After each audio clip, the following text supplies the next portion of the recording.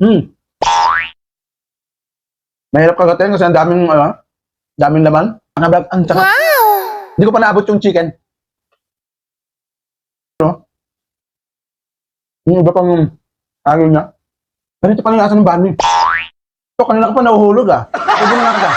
Alam nyo, meron akong sandwich na gustong-gusto talaga ako. Mahilig din po ako sa sandwich. Hamburger, sandwich, mga hotdog, sandwich, mga street food na mga sandwiches. So, hindi ko pa yung natatakal sa inyo, hindi ko pa po nasishare sa inyo. Vietnamese sandwich. And then, ang tawag po sa sandwich na yun ay banh mi. Meron po tayong chicken, lettuce. Ang tawag daw po dito sa lettuce na to ay, ano ba yung sinabi ni Kuya Jun kanina? Green ice, whatever. Nahulog. So, meron po siyang cucumber, ayan, and then carrots.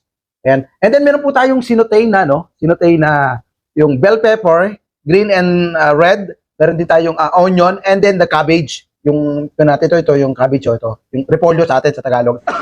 And then, meron din po tayong white cheese. And then, meron po tayong mayonnaise and hot dog buns.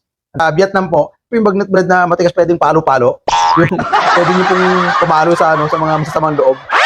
So, ito po, dapat po ito, bagnet bread. Ayan, lalagyan po natin muna yung laman ng ating, una muna, ito yung ilalagay po natin. Yung lettuce, ito, ayan, chicken.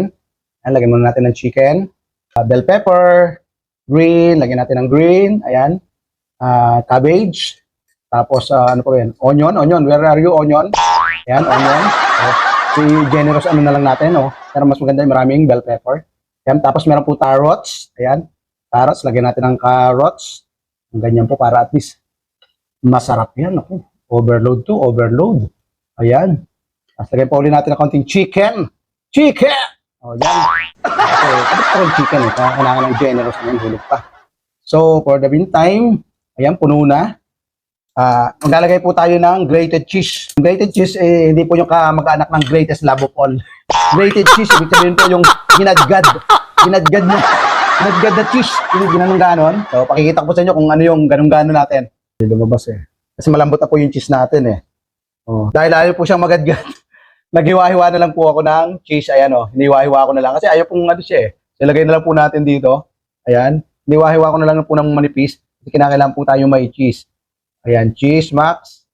Mama ka na. Ayan. Ayan, cheese. Keso, yan, keso. Lagyan din natin ng mayonnaise. So, pasensya na po kayo, nawala yung aking